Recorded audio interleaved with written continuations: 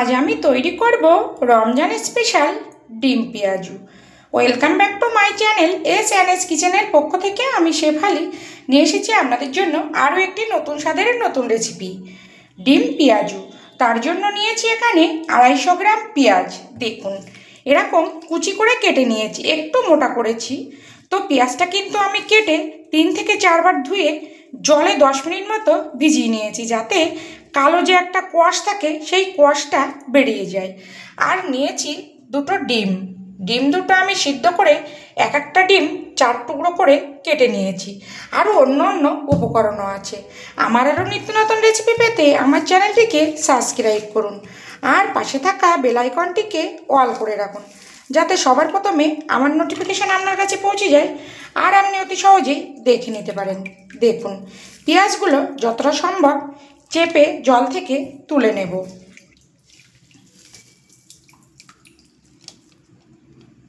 দেখুন যত সম্ভব জল ঝরিয়ে নিলেই কিন্তু ভালো হবে।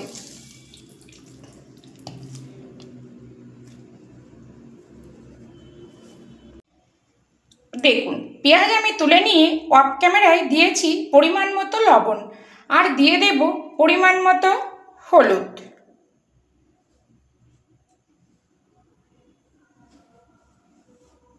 আর দেব হাফ টিস্পুনের একটু কম ধনের গুঁড়ো, হাফ টিস্পুনের একটু কম জিরের গুঁড়ো, আর দেব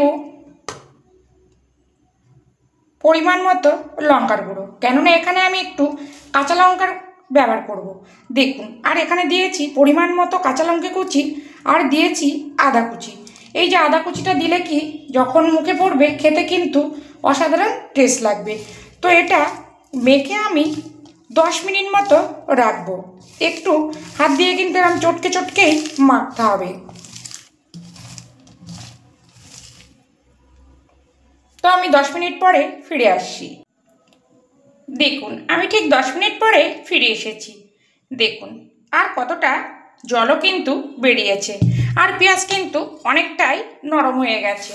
এবার দেখুন এখানে দেব চাল গুঁড়ো। এখানে 2 চামচ মতো আমি চাল গুঁড়ো দিয়ে দেব। চাল গুঁড়ো দিলে কি এই যে পেঁয়াজুটা, ডিম পেঁয়াজুটা খেতে কিন্তু খুব মচমচে হবে।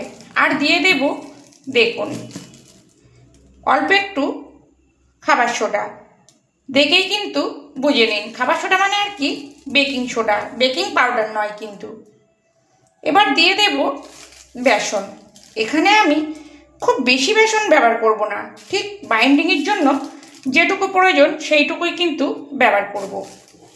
খুব বেশি বেসন ব্যবহার করলে কিন্তু এই ডিম পেঁয়াজু খেতে একটুও ভালো লাগবে না। দেখুন এখানে আমি 4 চামচ মতো বেসন দিয়ে দিলাম। এবার খুব সুন্দর করে মেখে নেব। দেখুন সব উপকরণ আমি মেখে নিয়েছি। এবার দেখুন হাতে একটু তেল মেখে নিয়েছি।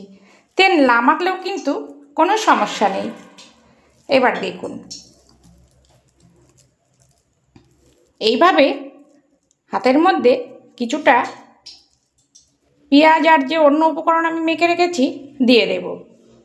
এবার দেখুন যে ডিম আমি কেটে রেখেছি সেই ডিম এর মধ্যে দেব, আর উপর থেকে আবারও একটু পেঁয়াজ দিয়ে দেব। আর অন্যদিকে কিন্তু আমি তেল গরম বসিয়ে দিয়েছি। দেখুন এইভাবে একটু লম্বা শেপ করে নেব।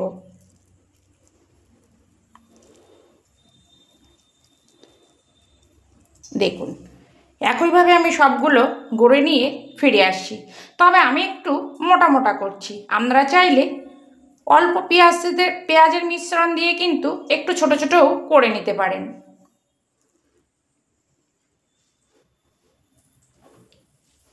তো একইভাবে সবগুলো করে নিয়ে ফিরে আসছি। দেখুন একইভাবে আমি সবগুলো রেডি করে নিয়েছি, আর অন্যদিকে কিন্তু আমার তেল গরমও হয়ে গেছে। দেখুন তেল কিন্তু আমি ফুল গরম করে নিয়েছি। গরম করে নিয়ে লো টু মিডিয়াম করে দিয়েছি, কেননা এই ডিম পেঁয়াজগুলো কিন্তু হাই ফ্লেমে ভাজা যাবে না, তাহলে ভেতরটা কাঁচা থেকে যাবে। দেখুন খুব আস্তে করে দিয়ে দেব। আর দেওয়ার সঙ্গে সঙ্গেই কিন্তু কোনোভাবেই নাড়বেন না। প্রথমে আমি দুটো দিয়ে ভেজে নেব।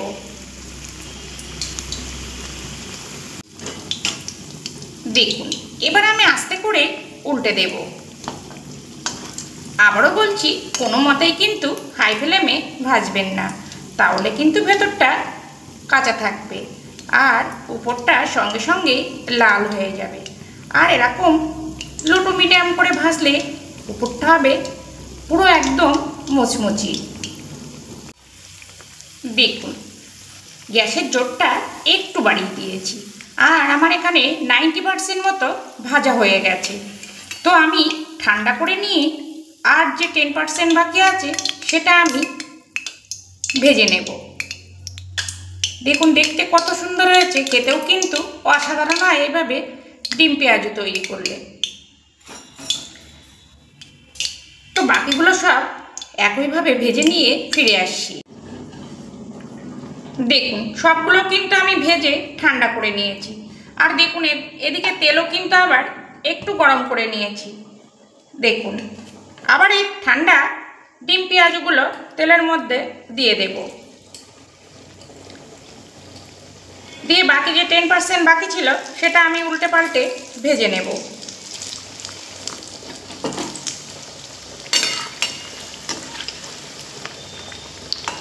হাই ফ্লেমেই কিন্তু ভাজতে হবে, লো ফ্লেমে ভাজলে কিন্তু তেল ছোপ করবে। দেখুন 10% আমার ভাজা হয়ে গেছে, এবার আমি তুলে নেব আর বাকিগুলো একইভাবে ভেজে নেব। তো আপনারা অবশ্যই বাড়িতে একবার ট্রাই করুন, তা না হলে কিন্তু বুঝতেই পারবেন না এই ডিম পেঁয়াজু খেতে কতটাই মজা। দেখুন এবার আমি তুলে নেব।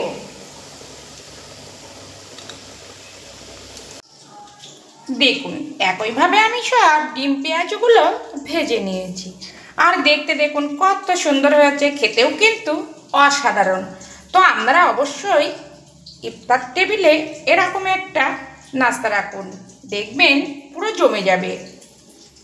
শুধু ইফতার কেন, অন্য সময়েও কিন্তু টিফিনে এরকম একটা ডিম পেঁয়াজুর নাস্তা থাকলে খুব ভালো লাগবে খেতে।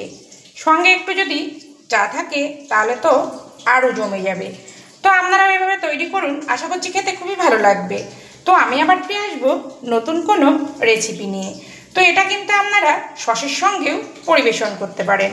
সবাই ভালো থাকবেন, সবাই সুস্থ থাকবেন।